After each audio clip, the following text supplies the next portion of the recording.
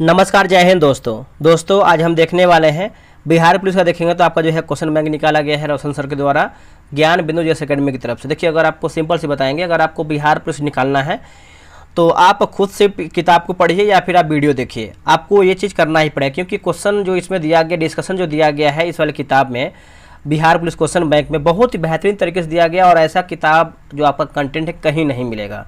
इसमें देखेंगे तो आपको जो है 63 प्रैक्टिस सेट दिया गया है और 10 से लेकर के 24 जितना भी आपका बिहार पुलिस का पेपर हुआ पूरा आपको यहाँ पर देखने को मिल जाएगा। ठीक है, और ये आपको दोस्तों देखेंगे तो सीरीज 1 है, आपका टेस्ट सीरीज भी लॉन्च होने वाला है बहुत जल्द।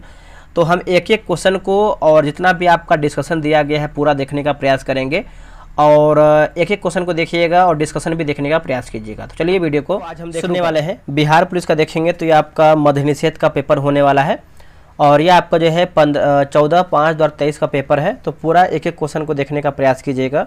ठीक है, और स्टार्टिंग से दोस्तों देखेंगे जो आपका क्वेश्चन नंबर 1 यहाँ से आपका जो है मैथ का क्वेश्चन स्टार्ट हुआ है।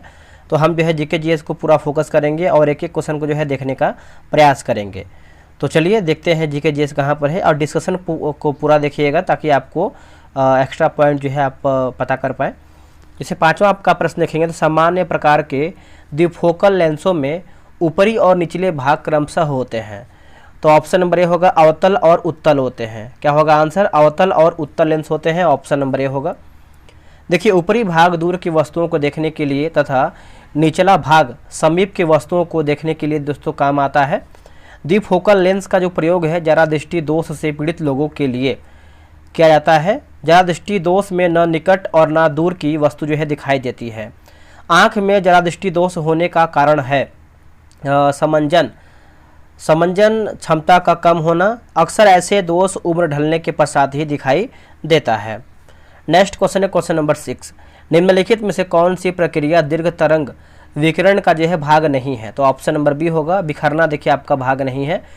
आगे की जो डिस्कशन दिया गया है कि देखिए दीर्घ तरंग विकिरण पृथ्वी से उत्सर्जित 3.0 से लेकर के 100 माइक्रोन के बीच तरंग दैर्ध्य के विद्युत चुंबकीय विकिरण है और इसका उपयोग जो है वायुमंडल तापीय विकिरण के रूप में अंतरिक्ष में दोस्तों जो है किया जाता है। ठीक है, दीर्घ तरंग विकिरण को स्थलीय विकिरण, थर्मल अवरक्त विकिरण या थर्मल विकिरण के रूप में दोस्तों जो है काम आता है या फिर किया जाता है।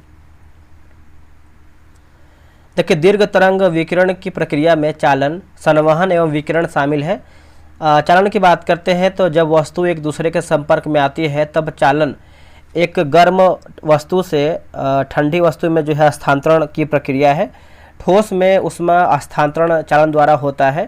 तो कि संवहन की बात करते हैं तो किसी द्रव्यमान या पदार्थ के एक स्थान से दूसरे स्थान तक गति द्वारा ऊष्मा का स्थानांतरण जो है संवहन कहलाता है। संवहन केवल द्रव्यों तथा गैसों में जो है होता है, ठोस में नहीं। विकिरण की बात करते हैं तो सभी वस्तुएं चाहे गर्म हो या ठंडी निरंतर ऊर्जा का उत्सर्जन करती है। ठंडी वस्तुओं की तुलना में गर्म वस्तुएं इकाई क्षेत्र में जो है अधिक ऊर्जा उत्सर्जित करती है। इसके संचरण के लिए जो है माध्यम की आवश्यकता नहीं होती है। बिखरना यानी प्रकीर्णन की बात करते हैं तो जब प्रकाश तरंगे धूल के कणों, निलंबन में पानी के कणों, विलयन में निलंबित कणों जैसे छोटे निकायों पर गिरती है तो उसे सभी दिशाओं में बिखेर देती है। इस प्रकार जो है प्रकीर्णन या बिखरना कहलाता है। निम्नलिखित में से कौन सा एक समान त्वरण का जो है उदाहरण है? तो ऑप्शन नंबर सी, जैसे एक मुक्त गिरने वाली वस्तु की गति, एक ढलान पर लुढ़कती हुई गेंद की गति। ठीक है, तो ऑप्शन नंबर देखेंगे तो आपका सी सही होगा। अब देखिए, बोला कि एक समान या अनवरत त्वरण एक प्रकार की गति है जिसमें वस्तु का वेग प्रत्येक समान अवधि में समान मात्रा में बदलता रहता है। एक पिंड जो स्वतंत्र रूप से गिर रहा है गुरुत्वाकर्षण के कारण होने वाले त्वरण का अनुभव करता है, इसलिए इसका त्वरण स्थिर होता है और गति समान रूप से तेज हो रही होती है। एक समान त्वरण के कुछ जो उदाहरण की बात करते हैं तो एक गेंद का ढलान पर लुढ़कना, एक स्काई डाइवर का विमान से बाहर कूदना, एक मुक्त रूप से गिरने वाली वस्तु। देखिए, समान त्वरण का ग्राफ एक सीधे रेखा में होता है। ग्राफ का ढलना वस्तु का त्वरण बताता है। त्वरण का वेग जो है समय ग्राफ इस प्रकार यहाँ पे देखिए दिया गया है। ठीक है,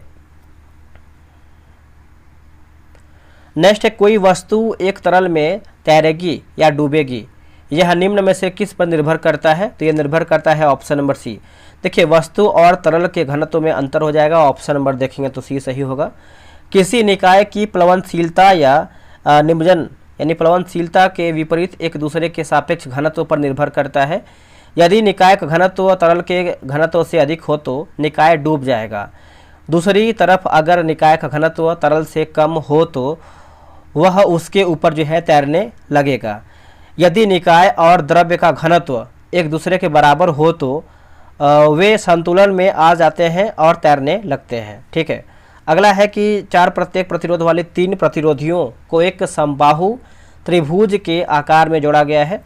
किन्हीं दो कणों के मध्य प्रवाही प्रतिरोध होगा? तो ऑप्शन नंबर देखेंगे तो ऑप्शन नंबर जो है आपका बी सही उत्तर हो जाएगा। नेक्स्ट क्वेश्चन है क्वेश्चन नंबर 10। देखिए, ध्वनि तरंगे किसमें सबसे तेज गति से चलती हैं? तो ठोस हो जाएगा, ऑप्शन नंबर ए होगा ठोस। देखिए, विभिन्न माध्यमों में ध्वनि की चाल भिन्न भिन्न होती है। यह मुख्यतः माध्यम की प्रत्यास्था के कारण ही विक्षोभ एवं कण से दूसरे कण को जो है संचारित होता है। कोई माध्यम जितना ही प्रत्यास्थ होगा ध्वनि की चाल उससे उतनी ही अधिक होगी। इसके विपरीत अधिक घनत्व के माध्यम में ध्वनि की चाल कम होती है। देखिए, ठोस एवं धातुओं की उच्च प्रत्यास्था के कारण ही ध्वनि की चाल धातुओं में अधिक होती है। अब यहाँ पर कुछ जैसे एल्यूमिनियम की बात करते हैं तो आप यहाँ पे देख सकते हैं चाल जो आपका दिया गया है 6420 मीटर प्रति सेकंड होगा। निकेल की बात करते हैं तो 6040, स्टील की बात करते हैं तो 5960, लोहा का हो जाएगा 5950। ठीक है, तो पारा कांच की बात करते हैं 3980, इथेनॉल का हो जाएगा 1207, पानी की बात करते हैं तो 1481 होगा, हाइड्रोजन की बात करते हैं तो 1284, हीलियम की बात करते हैं तो 965 और वायु की बात करते हैं तो 346 और जो आपका ऑक्सीजन है 316 मीटर प्रति सेकेंड होगा।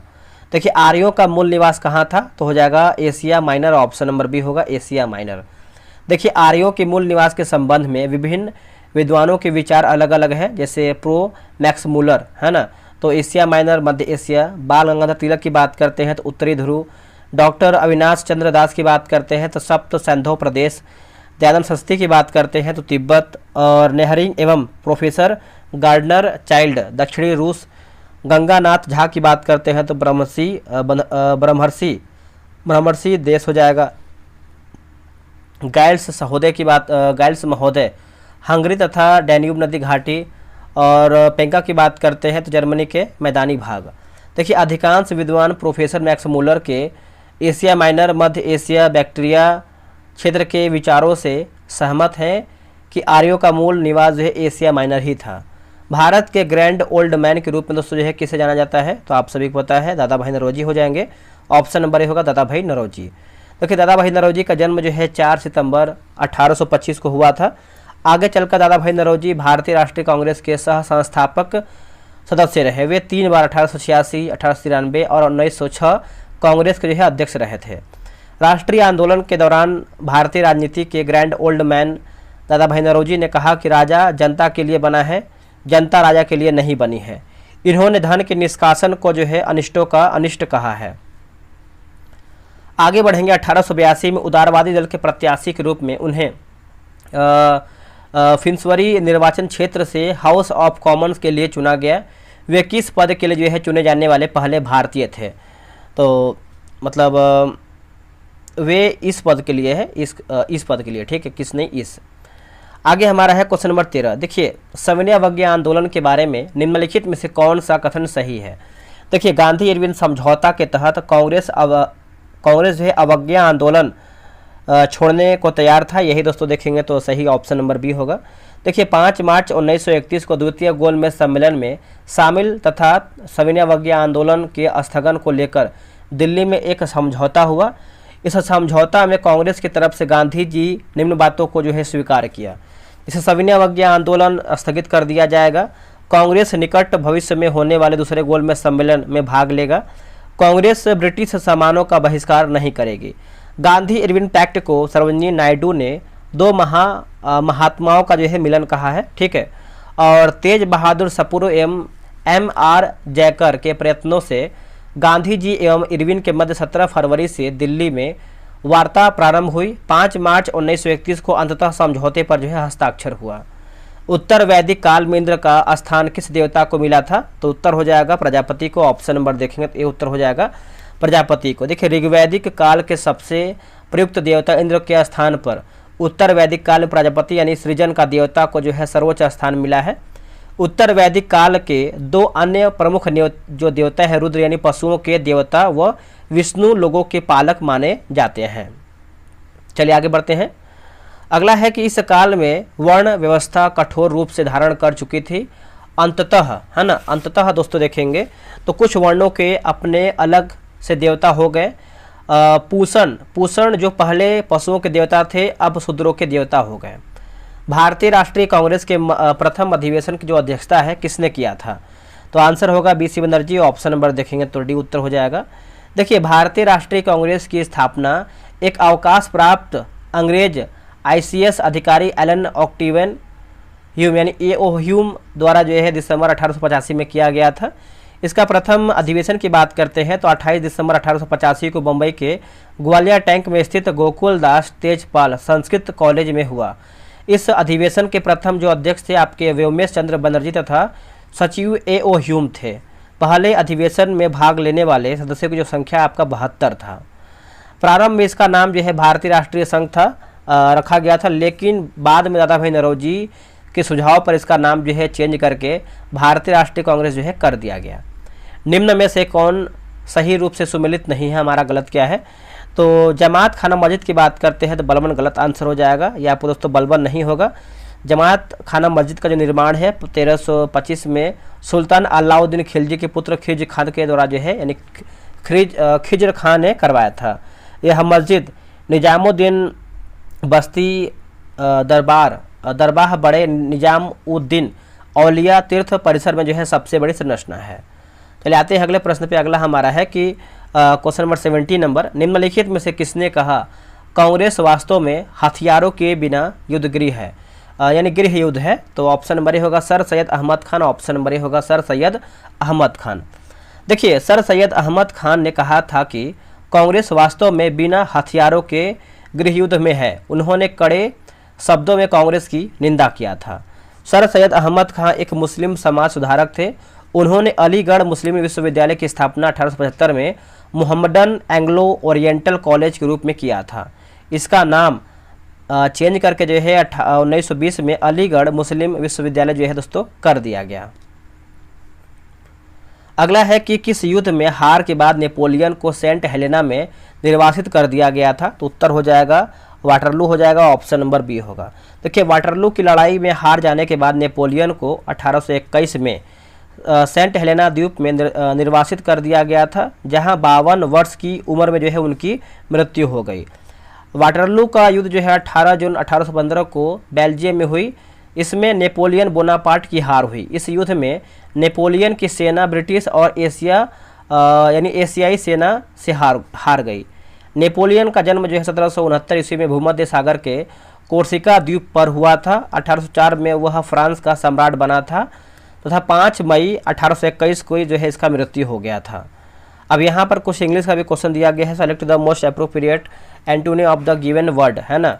तो फैक्यूंट की बात करते हैं तो ऑप्शन नंबर जो है आपका डी उत्तर हो जाएगा। इंग्लिश का क्वेश्चन है। अगला के choose the correctly spelled word, option number जो है आपका सी उत्तर हो जाएगा। इसका 22 का आंसर देख लेते हैं। 22 का आंसर क्या होगा दोस्तों? 22 का देखेंगे तो ऑप्शन नंबर जो है दोस्तों बी उत्तर हो जाएगा। 23 का देख लेते हैं। 23 का देखेंगे तो ऑप्शन नंबर ए हो जाएगा। देखिए आराम से इंग्लिश का क्वेश्चन बना लीजिएगा, ठीक है। 24 का आप एक बार क्वेश्चन को पढ़िए और इसका आंसर देखेंगे तो ऑप्शन नंबर जो है सी हो जाएगा। Look the door has been pointed, ठीक है। आगे बढ़ते हैं। अगला हमारा प्रश्न क्या है? क्वेश्चन नंबर 25 नंबर देखें, क्योंकि देखिए आपके बिहार पुलिस में इंग्लिश का भी क्वेश्चन आता है, मैथ का भी आता है, हिंदी का भी प्रश्न आता है, तो आप इसको आराम से पढ़ सकते हैं। ये आपका प्रश्न जो है पूछा गया है। ऑप्शन नंबर जो है 25 का ये उत्तर हो जाएगा। 26 का देख लेते हैं। 26 का देखेंगे तो ऑप्शन नंबर दोस्तों आपका बी उत्तर हो जाएगा। Something that is very easy.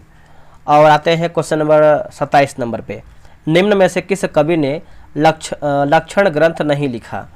तो देखिए इसका आंसर देखेंगे तो बिहारी हो जाएगा। आंसर देखेंगे तो डी होगा बिहारी। शुद्ध वर्तनी का चयन करके बताइए शुद्ध वर्तनी। तो फुर्तीला आपका जो है सही उत्तर हो जाएगा, ऑप्शन नंबर बी होगा फुर्तीला। अब यहाँ पर देखिए इसको आराम से पढ़ना है, पहले 1 से लेकर के 6 संख्या तक दिया गया है। इसको आप वीडियो रोकिए, हम आपको आराम से वीडियो फुल करके दिखा रहे हैं, आप इसको आराम से पढ़िए, फिर इसका आंसर बनाएंगे। तो इसका आंसर जो है ऑप्शन नंबर बी इसका उत्तर हो जाएगा। देखिए रात्रि का पर्याय नहीं है, यानी पर्यायवाची नहीं है, तो सजनी देखेंगे तो आपका रात्रि का नहीं है, ठीक है, तो आप इसको याद रखिएगा। अगला कि सही विकल्प चुन करके बताना है। सही विकल्प सर्वज्ञ क्या। देखिए सर्वज्ञ की बात करते हैं तो जिसे सब विषय में जानकारी हो उसको जो है सर्वज्ञ बोलते हैं। आगे हमारा है क्वेश्चन नंबर 32, निम्नलिखित वाक्यांशों में से कौन सा वाक्यांश पार्थिव शब्द के लिए जो है उपयुक्त है। तो जिसका संबंध पृथ्वी से हो उसको जो है पार्थिव बोलते हैं, ऑप्शन नंबर बी होगा। विपरार्थक बताइए, अनुराग का क्या होगा उल्टा, तो विराग हो जाएगा, ऑप्शन नंबर सी होगा विराग। दिए गए वाक्य खंड के लिए एक शब्द चुनिए, जो अच्छा बोलता हो उसको क्या बोलते हैं, तो सुवक्ता बोलते हैं। क्या बोलते हैं, सुवक्ता।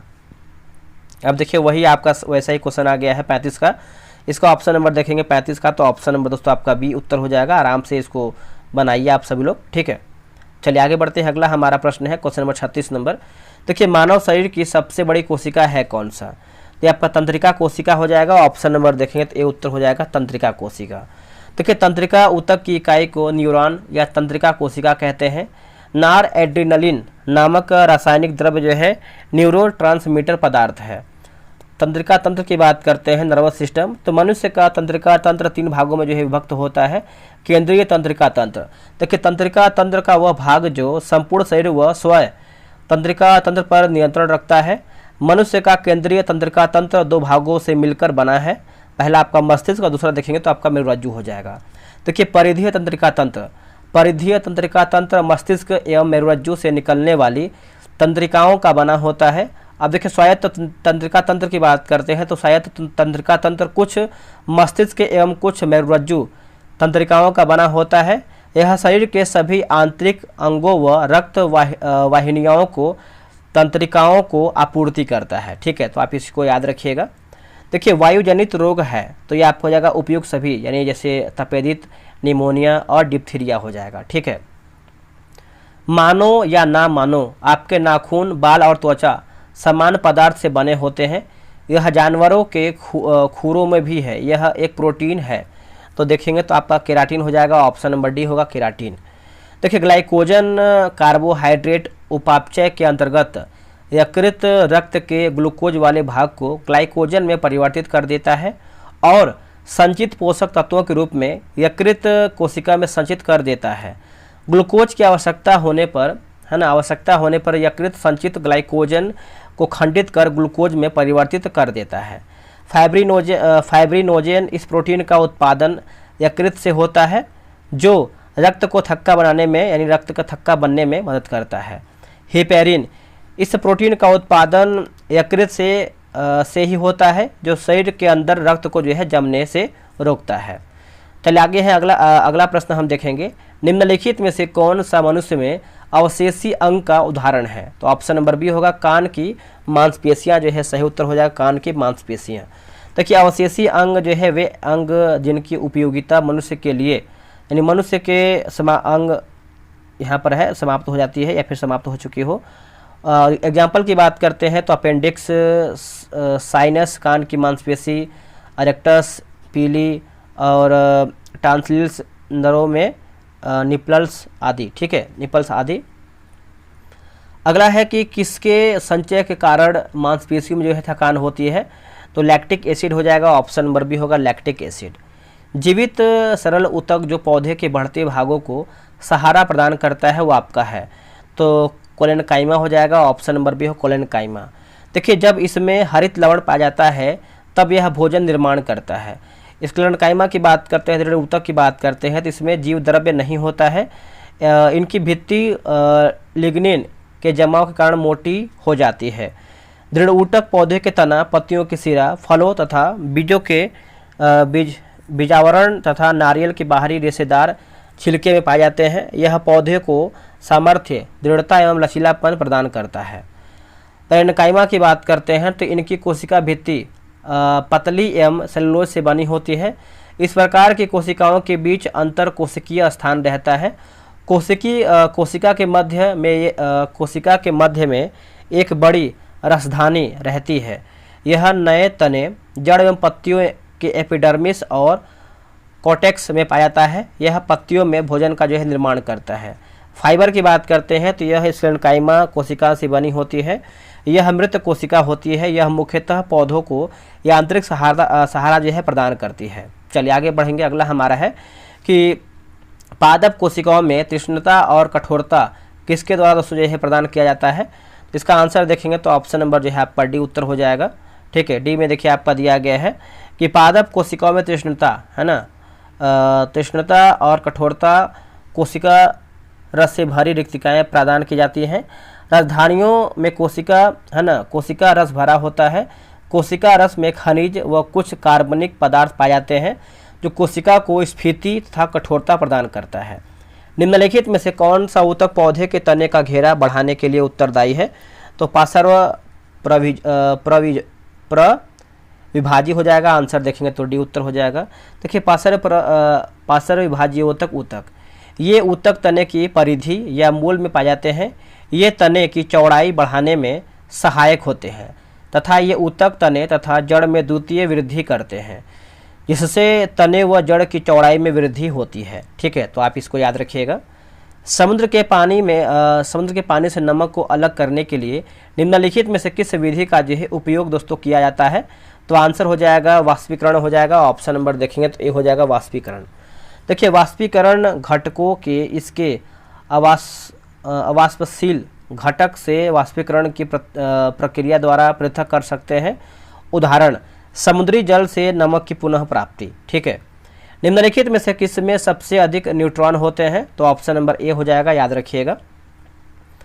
बुलेट प्रूफ स्क्रीन यानी गोली अभेद आवरण में निम्नलिखित में से किस शीशा का जो है प्रयोग दोस्तों किया जाता है।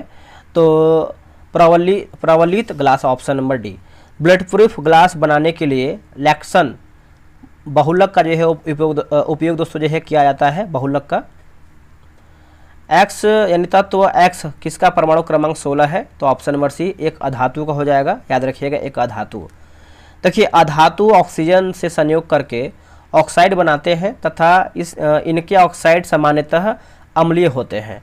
सल्फर जिसका परमाणु क्रमांक 16 है ऑक्सीजन से अभिक्रिया कर सल्फर डाइऑक्साइड SO2 बनाती है, जो जल में घुलकर सल्फ्यूरिक अम्ल बनाती है। अंततः सल्फर यानी परमाणु क्रमांक 16 एक अधातु है। अगला है कार्बन टेट्राक्लोराइड और पानी के मिश्रण को अलग करने के लिए निम्न में से किस तकनीक का जो है उपयोग दोस्तों जो है किया जाता है। तो ऑप्शन नंबर बी होगा सेपरेटिंग फनल हो जाएगा। ऑप्शन नंबर बी को सेपरेटिंग फनल। देखिए सेपरेटिंग फनल पृथक्कारी कीप की सहायता से हम दो अमिश्रणीय द्रवों के मिश्रण को पृथक कर सकते हैं। यह इस सिद्धांत पर आधारित है कि आपस में न मिलने वाले द्रव्य अपने घनत्व के अनुसार विभिन्न परतों में जो है पृथक हो जाते हैं। ठीक है, एग्जाम्पल की बात करते हैं तो मिट्टी के तेल और जल के मिश्रण को पृथक करना, धातु शोधन के दौरान लोहे को पृथक करना। ठीक है, तो आप इसको याद रख सकते हैं। एक घोल में 450 ग्राम पानी और 50 ग्राम सामान्य नमक है, तो घोल की सांद्रता की बात करते हैं तो 10% हो जाएगा। ऑप्शन नंबर सी उत्तर हो जाएगा 10%। वर्मी कंपोस्ट होता है तो एक जैव उर्वरक, ऑप्शन नंबर सी। देखिए वर्मी कंपोस्ट को वर्मी कल्चर या फिर केंचुआ पालन भी कहा जाता है। गोबर, सूखे एवं हरे पत्ते, घास फूस, धान का पुआल, कृषि अवशेष, शहर के कूड़ा करकट इत्यादि खाकर केंचुओं द्वारा प्राप्त मल से तैयार खाद वर्मी कंपोस्ट कहलाती है। देखिए केंचुओं के अवशेष या फिर मल के उनके कोकून सभी प्रकार के लाभकारी सूक्ष्म जीवाणु, मुख्य एवं सूक्ष्म पोषक तत्व और अपचित जैविक पदार्थों का केंचुआ मिश्रण वर्मी कंपोस्ट कहलाता है। उपयुक्त तापमान, नमी युक्त हवा एवं जैविक पदार्थ मिलने पर केंचुआ अपनी संख्या बढ़ाने के साथ साथ गोबर एवं वनस्पति अवशेष आदि को सड़ाकर जैविक खाद या फिर उर्वरक के रूप में परिवर्तित करते रहते हैं। आगे हमारा ये आपका देखेंगे तो रीजनिंग का प्रश्न है, इसको हम स्किप करेंगे और आगे बढ़ेंगे। ठीक है, आप इसको आराम से देख सकते हैं वीडियो रोक करके। इसका आंसर आप बताते हैं जो भी इसका आंसर होगा। ताकि आपको दिक्कत न हो। देखिए निम्नलिखित में से कौन आंध्र प्रदेश की नई राजधानी है? तो ऑप्शन नंबर बी होगा अमरावती। आंध्र प्रदेश के वर्तमान मुख्यमंत्री की बात करते हैं तो चंद्रबाबू नायडू हो जाएंगे, आप अच्छे से याद रखिएगा। आगे है कि बिहार सरकार ने गरीबी हटाने के लिए कौन सी योजना जो है चालू किया है?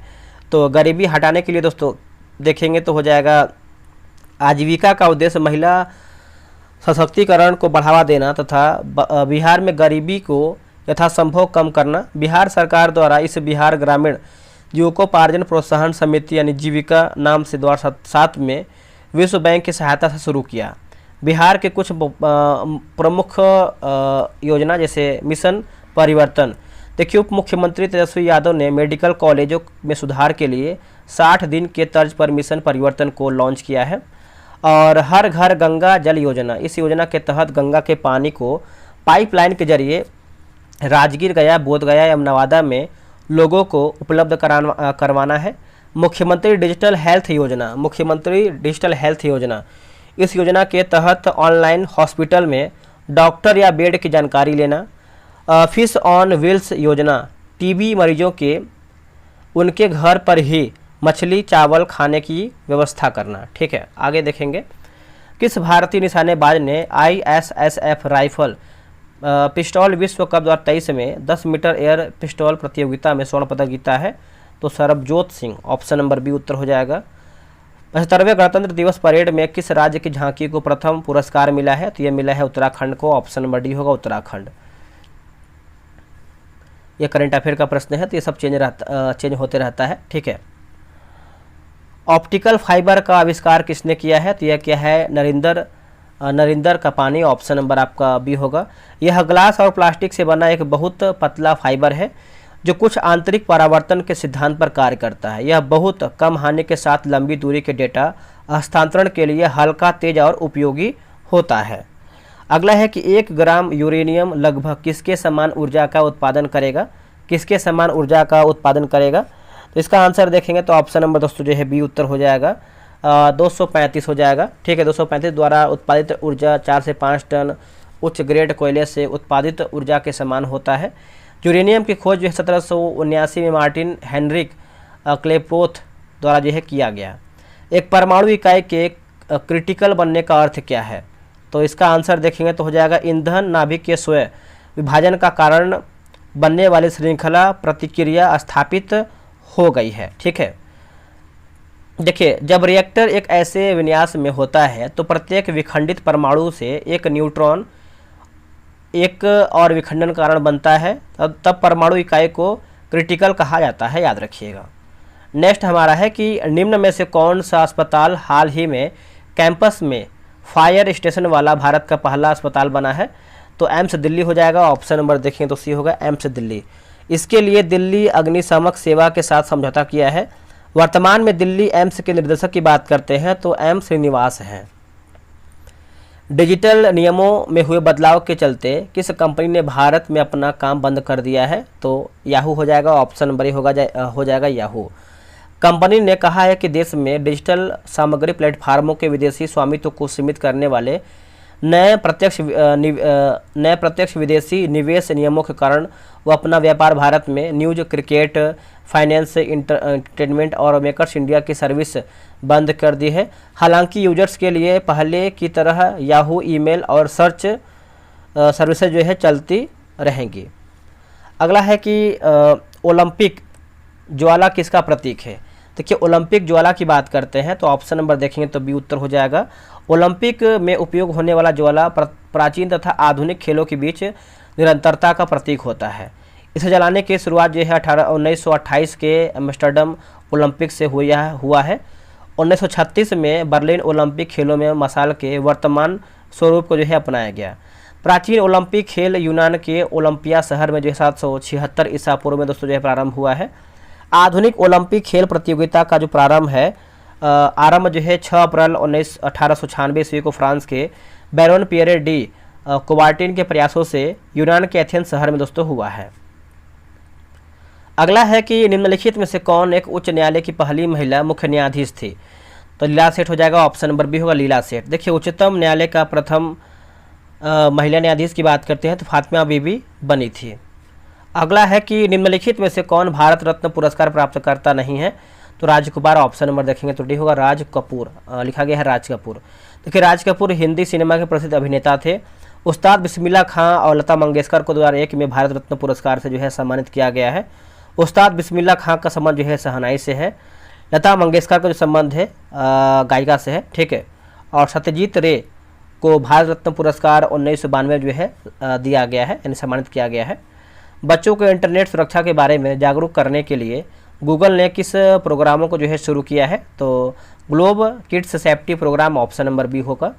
देखिए भारत में बच्चों के लिए सुरक्षा का वैश्विक इंटरनेट ओसम कार्यक्रम शुरू किया गया। गूगल ने भारतीय कौमी किताबों के प्रकाशन अमर चित्र कथा के साथ साझेदारी में यह कार्यक्रम शुरू किया ताकि 8 महत्वपूर्ण इंटरनेट सुरक्षा पाठों को भारतीय भाषाओं में आपस में जोड़ा जा सके। गूगल ने इसके अलावा इंटरनेट पर उपयोगकर्ता की सुरक्षा बढ़ाने के लिए 8 भारतीय भाषाओं में एक नया गूगल सुरक्षा केंद्र भी शुरू किया है। उसने अपने नीति विश्लेषकों, सुरक्षा विशेषज्ञों सहित भारत की ट्रस्ट सुरक्षा टीमों को समर्पित अपने संसाधनों में वृद्धि भी किया है। यहाँ पर देखेंगे तो गूगल की बात करते हैं तो जैसे जो स्थापना है मंटो पार्क, कैलिफोर्निया, यूएसए, 4 सितंबर 1998। संस्थापक की बात करते हैं तो आपका सर्गेई ब्रिन, लैरी पेज। इसकी जो सहायक कंपनी है यूट्यूब और डबल क्लिक, गूगल 1 हो जाएगा, ठीक है। भारत की राष्ट्रीय सुरक्षा परिषद NSC के संबंध में निम्नलिखित में से कौन सा कथन सही नहीं है। तो योजना आयोग के उपाध्यक्ष जो है आपके इसके सदस्य होते हैं, यही दोस्तों गलत आंसर हो जाएगा। देखिए भारत की राष्ट्रीय सुरक्षा परिषद एक कार्यकारी सहकारी सरकारी एजेंसी है। इसकी स्थापना जो है 19 नवंबर 1998 को किया गया है। NSC सर्वोच्च निकाय के रूप में कार्य करता है जिसको अध्यक्षता जो है प्रधानमंत्री करते हैं। गृह, रक्षा, वित्त तथा विदेश मंत्री इसके सदस्य होते हैं। यह 3 स्तरीय संगठन जैसे रणनीतिक नीति समूह, राष्ट्रीय सुरक्षा सलाहकार बोर्ड हो जाएगा और राष्ट्रीय सुरक्षा परिषद सचिवालय, राष्ट्रीय सुरक्षा सलाहकार इसके सचिव के रूप में कार्य करते हैं। चलिए आगे बढ़ते हैं।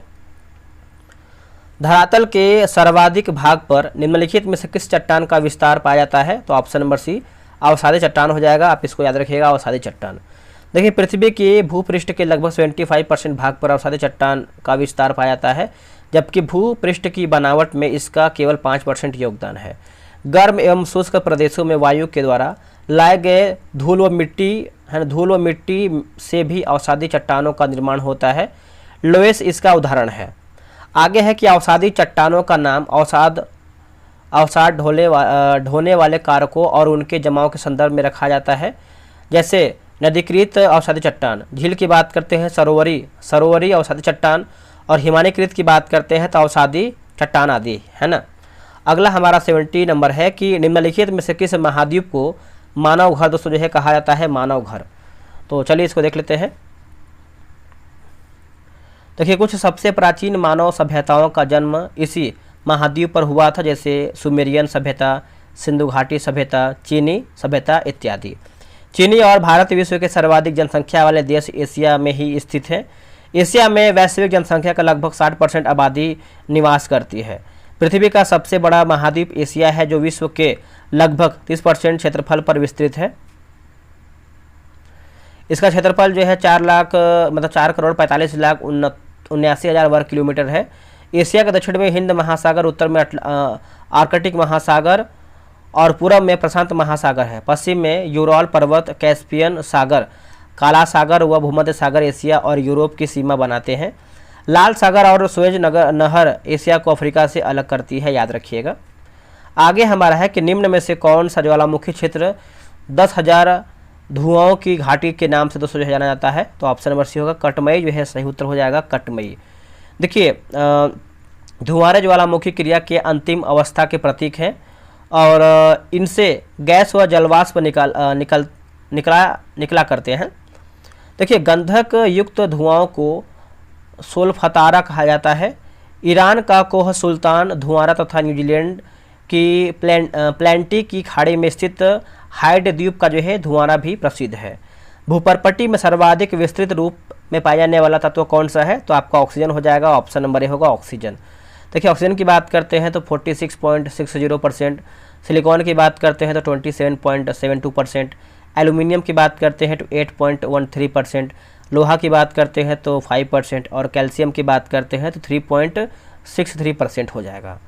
निम्नलिखित में से कौन सी पर्यावरण क्षति बहुउद्देशीय परियोजनाओं के कारण जो है नहीं हुआ है, तो इसका आंसर देख लेते हैं। इसका आंसर देखेंगे तो आपका ज्वालामुखी गतिविधि बहुउद्देशीय परियोजनाओं के कारण जो है नहीं हुआ है। देखिए नदी परियोजनाओं पर उठे अधिकतर आपत्तियां उनके अपने उद्देश्यों से विफल हो जाने के कारण है।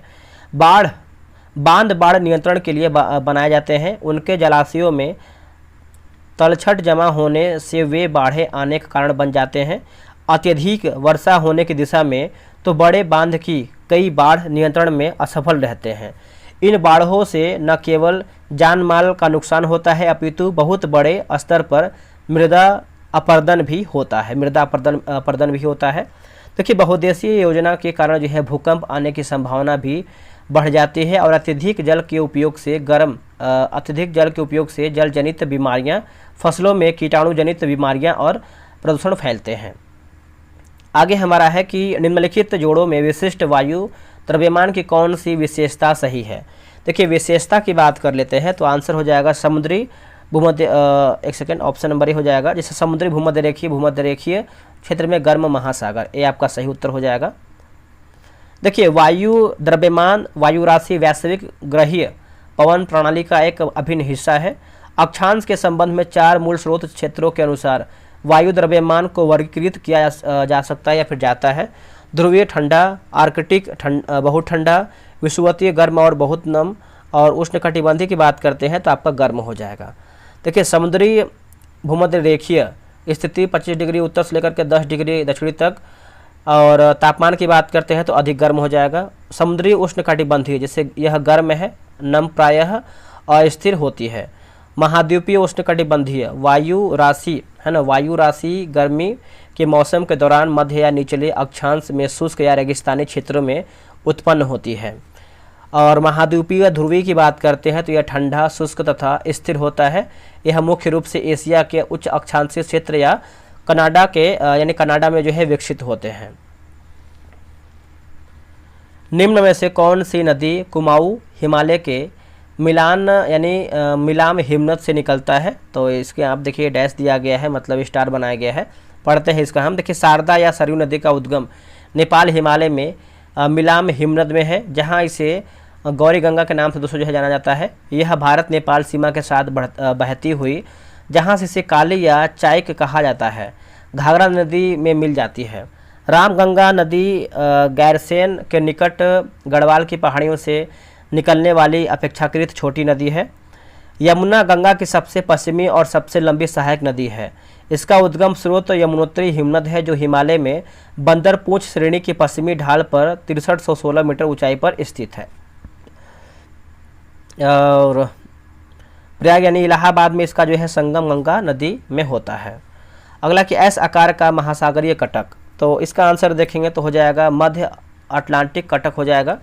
देखिए मध्य अटलांटिक कटक की लंबाई लगभग देखेंगे 14,000 किलोमीटर है। मध्य अटलांटिक कटक अटलांटिक महासागर में स्थित है। प्रिंस एडवर्ड कटक या सोकोत्रा कटक हिंद महासागर में स्थित है। पूर्वी प्रशांत कटक प्रशांत महासागर में स्थित है। आगे बढ़ेंगे। लोकसभा के चुनाव के लिए अर्हता प्राप्त करने हेतु न्यूनतम आयु, तो 25 साल हो जाएगा, ऑप्शन नंबर सी होगा 25 साल। देखिए राष्ट्रपति की बात करते हैं 35 साल, उपराष्ट्रपति के 35 साल, राज्यसभा का 30 वर्ष और विधानसभा का 25 वर्ष।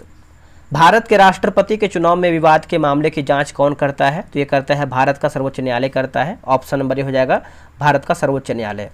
देखिए संविधान के अनुच्छेद 71 के 1 में वर्णित है कि राष्ट्रपति या उपराष्ट्रपति के निर्वाचन से उत्पन्न सभी शंकाओं और विवादों की जांच उच्चतम न्यायालय द्वारा जो है किया जाएगा, और इसका निश्चय है ना, इसका जो निश्चय है अंतिम होगा।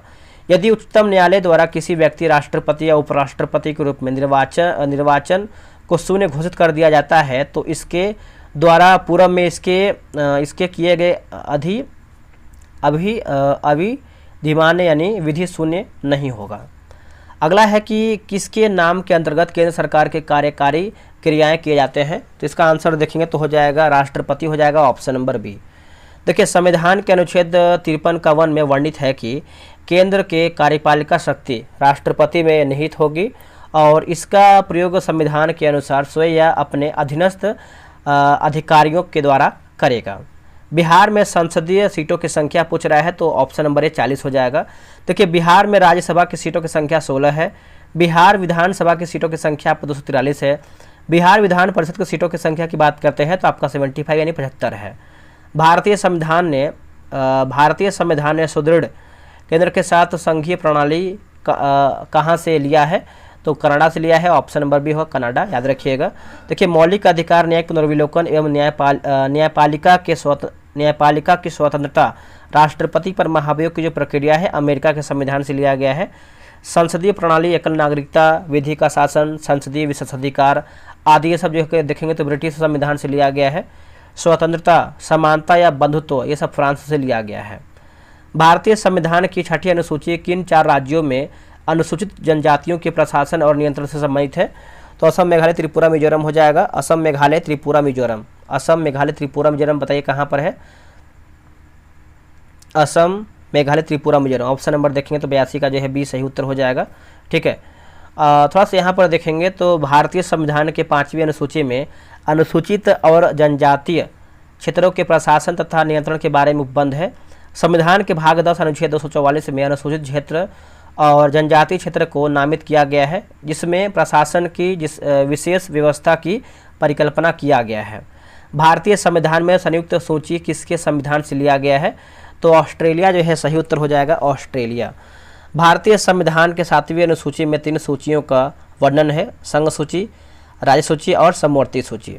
देखिए भारत में कितने उच्च न्यायालयों का एक से अधिक राज्य यानी केंद्र शासित प्रदेश को छोड़कर पर आधारित है, तो ऑप्शन नंबर बी 3 हो जाएगा। ठीक है, गुवाहाटी उच्च न्यायालय, देखिए इसका अधिकार क्षेत्र असम, अरुणाचल प्रदेश, नागालैंड एवं मिजोरम राज्य है।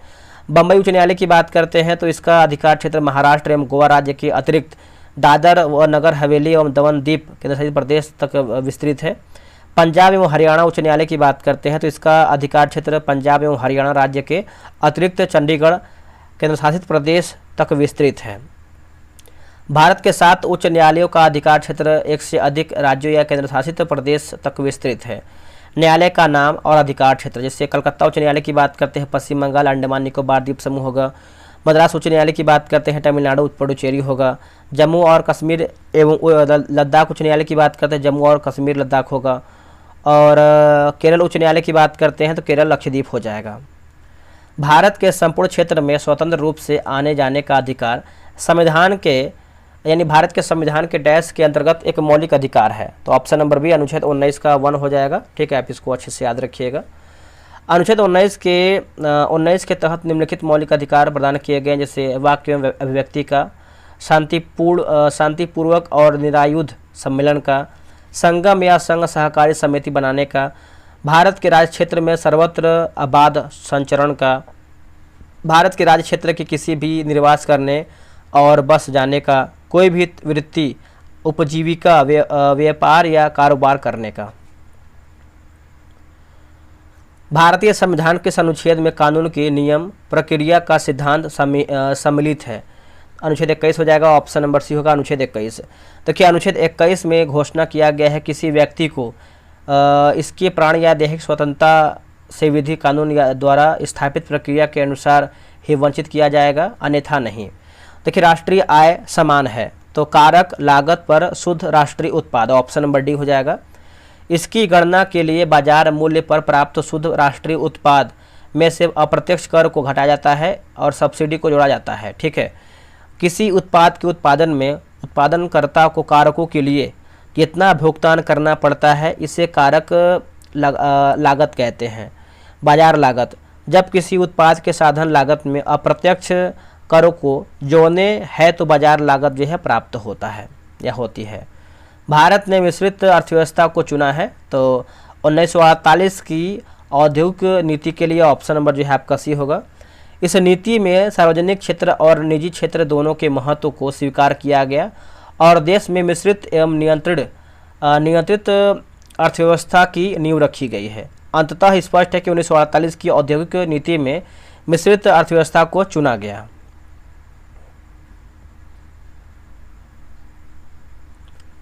आगे हमारा है कि भारत में सर्वाधिक राजस्व प्राप्त होता है, तो प्रत्यक्ष कर से ऑप्शन नंबर बी सही उत्तर हो जाएगा। आगे बढ़ेंगे कि सार्वजनिक वस्तु का क्या अर्थ है। तो देखिए, एक वस्तु जिसका लाभ अविभाज्य रूप से पूरे समुदाय को लाभ पहुंचाता है, ऑप्शन नंबर देखेंगे तो भी होगा। सार्वजनिक वस्तुएं गैर बहिष्कृत और गैर प्रतिद्वंदी होती हैं और सामान्यतः समाज के सभी सदस्यों को सार्वजनिक कराधान के माध्यम से निःशुल्क दी जाती हैं। कानून का प्रवर्तन, राष्ट्रीय रक्षा और कानून व्यवस्था सार्वजनिक वस्तुओं के उदाहरण है। सार्वजनिक वस्तुओं में स्वच्छ वायु और जल जैसी बुनियादी आवश्यकताएं भी शामिल हैं। निम्नलिखित में से कौन मानव विकास सूचकांक का एक घटक नहीं है। तो इसमें देखेंगे तो आपका दिया गया है सकल नामांकन दर, स्वास्थ्य और पोषण, मानव विकास सूचकांक, तो ये सब देखिए आपको दोस्तों दिया गया है। आगे बढ़ते हैं। भारत में वाणिज्य बैंकिंग प्रणाली है। भारत में वाणिज्य बैंकिंग प्रणाली है, तो इसका आंसर देखेंगे तो ऑप्शन नंबर ए हो जाएगा। भारत में वाणिज्यिक बैंक प्रणाली मिश्रित बैंकिंग है। ठीक है, देखिए मिश्रित बैंकिंग एक ऐसा दृष्टिकोण है जहां बैंक वाणिज्य और औद्योगिक दोनों तरह की बैंकिंग करते हैं। वाणिज्य बैंक इंडस्ट्री अथवा बिजनेस को लंबी अवधि के लिए दोस्तों जो है ऋण देता है।